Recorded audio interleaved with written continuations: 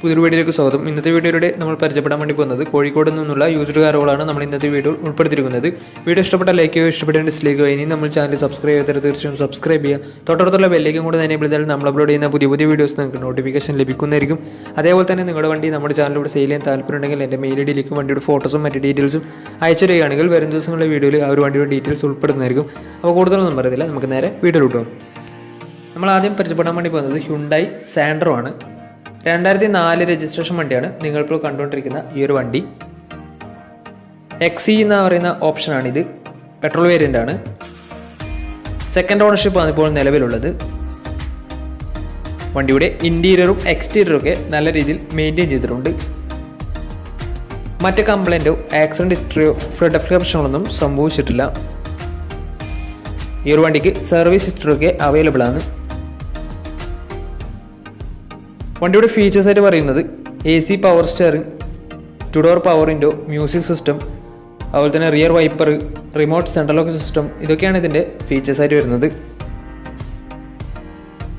Third party insurance ആണ് ഇപ്പോൾ നിലവിലുള്ളത്.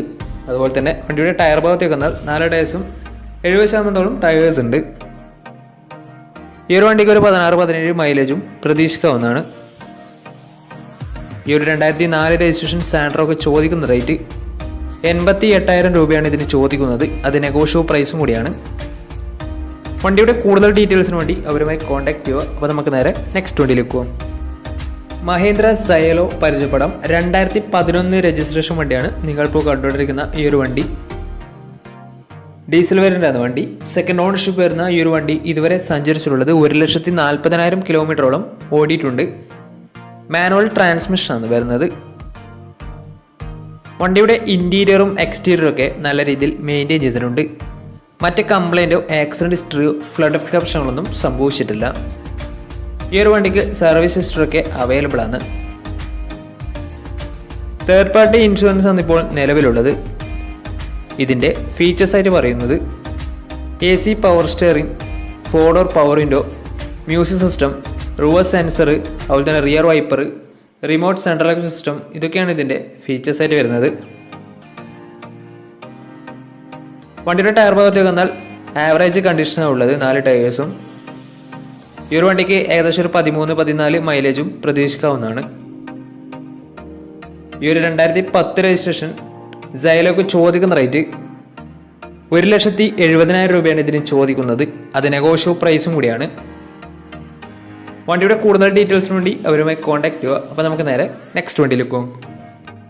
മാരുതി സുസുക്കി സ്വിഫ്റ്റ് 2011 രജിസ്ട്രേഷൻ വണ്ടിയാണ് നിങ്ങളിപ്പോൾ കണ്ടുകൊണ്ടിരിക്കുന്ന ഈ ഒരു വണ്ടി. VDI ആണ് ഇതിൻ്റെ ഓപ്ഷൻ വരുന്നത്. ഡീസലിൽ മിഡിൽ ഓപ്ഷൻ വണ്ടിയാണ്. 1300 cc ആണ് വണ്ടി വരുന്നത്. ഇതിൻ്റെ ഇൻറ്റീരിയറും എക്സ്റ്റീരിയറും ഒക്കെ നല്ല രീതിയിൽ മെയിൻറ്റെയിൻ ചെയ്തിട്ടുണ്ട്. മറ്റേ കംപ്ലൈൻറ്റോ ആക്സിഡൻറ്റ് ഹിസ്റ്ററിയോ ഫ്ലഡ് പ്രശ്നങ്ങളൊന്നും സംഭവിച്ചിട്ടില്ല. ഈ ഒരു വണ്ടിക്ക് സർവീസ് ഹിസ്റ്ററിയൊക്കെ അവൈലബിൾ ആണ്. സിംഗിൾ ഓണർഷിപ്പ് വരുന്ന ഈ ഒരു വണ്ടി ഇതുവരെ സഞ്ചരിച്ചിട്ടുള്ളത് 1,18,000 കിലോമീറ്ററിനടുത്ത് വണ്ടി ഓടിയിട്ടുണ്ട്. മാനുവൽ ട്രാൻസ്മിഷനാണ് വരുന്നത്. തേർഡ് പാർട്ടി ഇൻഷുറൻസ് ആണ് ഇപ്പോൾ നിലവിലുള്ളത്. ഇതിൻ്റെ ഫീച്ചേഴ്സ് ആയിട്ട് പറയുന്നത് AC power steering, 4 door power window, touch screen music system, അതുപോലെ തന്നെ റിമോട്ട് സെൻട്രൽ ലോക്ക് സിസ്റ്റം, ഇതൊക്കെയാണ് ഇതിൻ്റെ ഫീച്ചേഴ്സ് ആയിട്ട് വരുന്നത്. അതുപോലെ തന്നെ സ്പോയിലറും കൂടെ എക്സ്ട്രാ ചെയ്തിട്ടുണ്ട് വണ്ടിക്ക്. വണ്ടിയുടെ ടയർ ഭാഗത്തേക്ക് വന്നാൽ 4 ടയേഴ്സും 60% ടയേഴ്സ് ഉണ്ട്. ഈ ഒരു വണ്ടിക്ക് ഏകദേശം ഒരു 15-16 മൈലേജും പ്രതീക്ഷിക്കാവുന്നതാണ്. ഈ ഒരു 2011 രജിസ്ട്രേഷൻ സ്വിഫ്റ്റിന് ചോദിക്കുന്ന റേറ്റ് 2,40,000 രൂപയാണ് ഇതിന് ചോദിക്കുന്നത്. അത് നെഗോഷ്യബിൾ പ്രൈസും കൂടിയാണ്. ഈ ഒരു വണ്ടിയുടെ കൂടുതൽ ഡീറ്റെയിൽസിന് വേണ്ടി അവരുമായി കോൺടാക്ട് ചെയ്യുക. അപ്പോൾ നമുക്ക് നേരെ നെക്സ്റ്റ് വണ്ടിയിലേക്ക് പോകാം. ടൊയോട്ടയുടെ സെഡാൻ കാറ്റഗറിയിൽ വരുന്ന ടൊയോട്ട കൊറോളയാണ് നിങ്ങളിപ്പോൾ കണ്ടുകൊണ്ടിരിക്കുന്ന ഈ ഒരു വണ്ടി.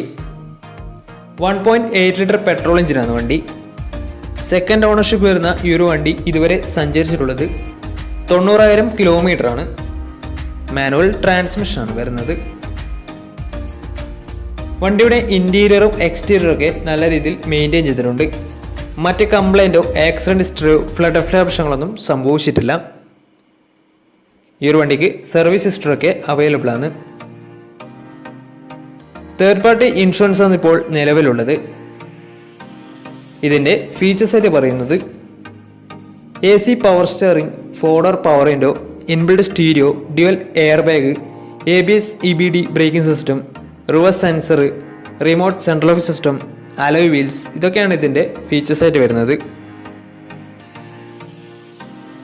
വണ്ടിയുടെ ടയർ ഭാഗത്തേക്ക് വന്നാൽ 4 ടയേഴ്സും 60% അടുത്ത് ടയേഴ്സ് ഉണ്ട്.